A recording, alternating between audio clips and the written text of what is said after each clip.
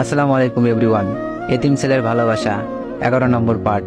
তো কিছু কথা বলি, যারা যারা গল্পটি কপি করতেছেন করেন, সমস্যা নেই, কিন্তু আমাকে মেনশন দিয়ে দিবেন। তো চলুন শুরু করা যাক। সকালে উঠে ভাবলাম একটু বাইরে থেকে হেঁটে আসি। কিছুক্ষণ হাঁটাহাঁটি করে বাসায় চলে আসলাম। নাস্তা করতে গিয়ে আখি ম্যাডামের সাথে দেখা হয়ে গেল। আমাকে দেখে মুচকি হাসি দিল। হাসির কারণটাও বুঝলাম না। নাস্তা শেষ করে আঙ্কেলকে নিয়ে অফিসে গেলাম। কলেজ শেষে আবার আঙ্কেলকে নিয়ে বাসায় চলে আসি। রাতে বই নিয়ে পড়ছি, এমন সময় মনে হলো দরজার সামনে কেউ আসছে। তাকিয়ে দেখি আখি ম্যাডাম। যে আমাকে দেখতেই পারে না, সে হঠাৎ করে আমার রুমের সামনে কি মনে করে? নিশ্চয়ই কোনো কারণ আছে। আমি বললাম, ম্যাডাম ভিতরে আসুন। আখি ম্যাডাম বলল, আমি মনে করছি তুই পড়াশোনা করিস না, এখন দেখছি পড়াশোনাও করিস। তা এবার কোন ক্লাসে? অনার্স সেকেন্ড ইয়ারে। কোন সাবজেক্টে? ম্যানেজমেন্টে। তুই তো আমার 1 ইয়ারের জুনিয়র। আমি বললাম, আপনি 3rd ইয়ারে পড়েন, দেখে তো মনে হয় না। তাই? আচ্ছা পড়, আমি যাই। ম্যাডাম চলে গেল। পরের দিন সকালে আঙ্কেলকে নিয়ে অফিসে যাই, এরপর কলেজে চলে আসি। আজকে কলেজে আসা একটু দেরি হয়ে গেছে। দেখলাম স্যার ক্লাস নিচ্ছে। স্যার আসতে পারি? স্যার লেকচার দেওয়া বাদ দিয়ে আমার দিকে তাকালো, এরপর বলল, ভেতরে আসো। আমি গিয়ে সিয়ামের পাশে বসলাম। সিয়াম বলল, এত দেরি করলি কেন? আমি বললাম, আঙ্কেলকে অফিসে নিয়ে আসতে দেরি হয়েছে, তাই আমারও দেরি হলো। ক্লাস শেষ করে ক্যাম্পাসে আসলাম। দেখি মায়া আর ওর বান্ধবীরা আড্ডা দিচ্ছে। ওর মজা করে আড্ডা দেওয়া বের করছি। আমি বললাম, ওই মায়া শোন। আমার মুখে এমন ডাক শুনে সিয়াম, ইমন, ফয়সাল অবাক হয়ে গেল। তার চেয়ে বেশি অবাক হলো মায়ার বান্ধবীরা। আমি বললাম, কিরে আসছিস না কেন? মায়া রাগী লুক নিয়ে আমার দিকে আসলো। মায়া এসে বলল, এভাবে ডাকছিস কেন? আমি বললাম, সম্মান দিয়ে কথা বল, না হলে ফোন করে সব বলে দিব। মায়া আরো রেগে গেল, কিন্তু কিছু বলছে না। আমি বললাম, আমাকে অনেক জ্বালাইছিস, এখন তার সব উসুল করব। যা আমার জন্য সিগারেট আন। মায়া বলল, নেভার। ফোন বের করে বললাম, তাহলে কল দি।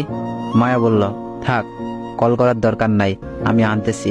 কিছুক্ষণ পর মায়া সিগারেট নিয়ে চলে আসলো। আমি ওর থেকে সিগারেটটা নিয়ে বললাম, নেক্সট টাইম কাউকে ব্ল্যাকমেল করার আগে আমার কথাটা মনে রাখবি, কেমন? আর এখন যা। ইমনের থেকে লাইটার নিয়ে সিগারেট ধরিয়ে খাওয়া শুরু করলাম। সিয়াম বলল, কিরে কাহিনী কি? কিছুই বুঝলাম না। আমি বললাম, এত কিছু তোদের বোঝা লাগবে না, তবে এখন থেকে মায়া আর আমাদের ডিস্টার্ব করবে না।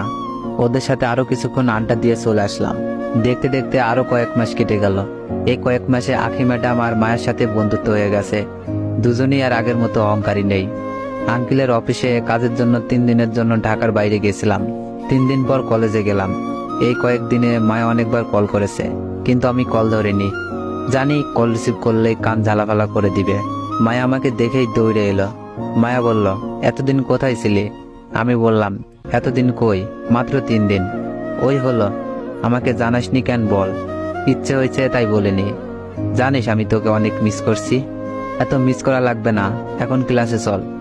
আজকে ক্লাস করব না, তোর সাথে আড্ডা দিব বলে আমার হাত ধরে টেনে নিয়ে যেতে লাগলো। ওই করছিস কি? জানিস সবাই কি ভাববে এমন করলে? কি ভাববে? ভাববে আমরা দুইজন বয়ফ্রেন্ড গার্লফ্রেন্ড। মায়া বলল, যার যা ইচ্ছা ভাবুক, তাতে আমার কি? অন্যেরটা খাই নাকি অন্যেরটা পড়ি যে ওদের কথা শুনবো? আমি বললাম, আমাকে নিয়ে কোথায় যাচ্ছিস? মায়া বলল, রিক্সায় করে ঘুরবো। জানিস তো এসব আমার ভাল লাগে না। 3 দিন আমার সাথে কথা বলিসনি, এটা তোর শাস্তি। আরে আমার ক্লাস করতে হবে, একদিন ক্লাস না করলে কিচ্ছু হবে না। বাধ্য হয়ে মায়ের সাথে ঘুরতে বের হতে লাগলো। রিক্সায় মায়ের পাশে বসে আছি। বাতাসে ওর চুলগুলো আমার মুখের উপর এসে পড়ছে। আমি বললাম, মায়া তোর চুলগুলো তো আমাকে খুব জ্বালাচ্ছে। মায়া বলল, ঠিক করছে, ভালো হচ্ছে না কিন্তু। চুপচাপ বসে থাক, না হলে ধাক্কা দিয়ে ফেলে দিব। এমন করছিস কেন? কেমন করলাম?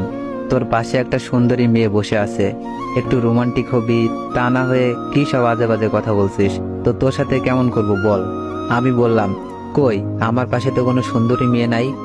যে বসে আছে ও তো একটা ভূতনি। মায়া বলল, কি বললি? আমি ভূতনি? দাঁড়া, আজকে তোর ঘাড় মটকাবো।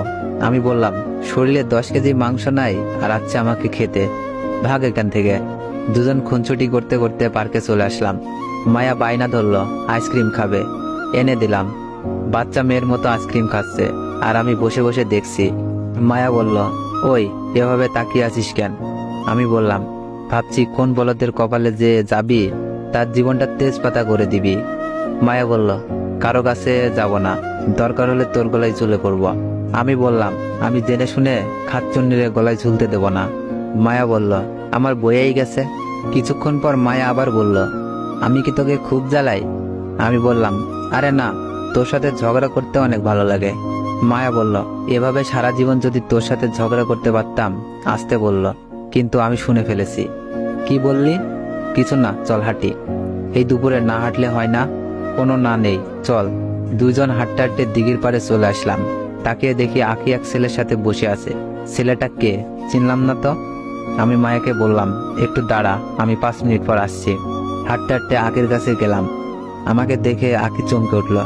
আমতা আমতা করে বলল, তুই এখানে কি করিস? আমি বললাম, দেখতে এলাম। তা ছেলেটাকে? ছেলেটা বলল, হাই, আমি জিসান, আঁকির সাথে পড়ি, আর ওর বয়ফ্রেন্ড। আমি আঁকির দিকে তাকালাম। আমি বললাম, ম্যাডাম, ছেলেটা যা বলছে তা কি সত্যি? আঁকি মাথা নেড়ে হ্যাঁ বলল। আমি বললাম, প্রেম করলেন আর ট্রিট দিলেন না, এটা মানতে পারছি না। মায়া এসে বলল, কে প্রেম করছে?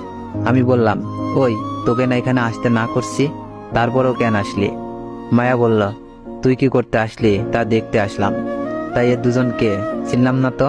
আমি ওদের দুজনকে দেখিয়ে বললাম, এ হচ্ছে আমার আঁখি ম্যাডাম, আর উনি হচ্ছে ম্যাডামের বয়ফ্রেন্ড। আঁখি ম্যাডাম বলল, তাই এই মেয়েটাকে?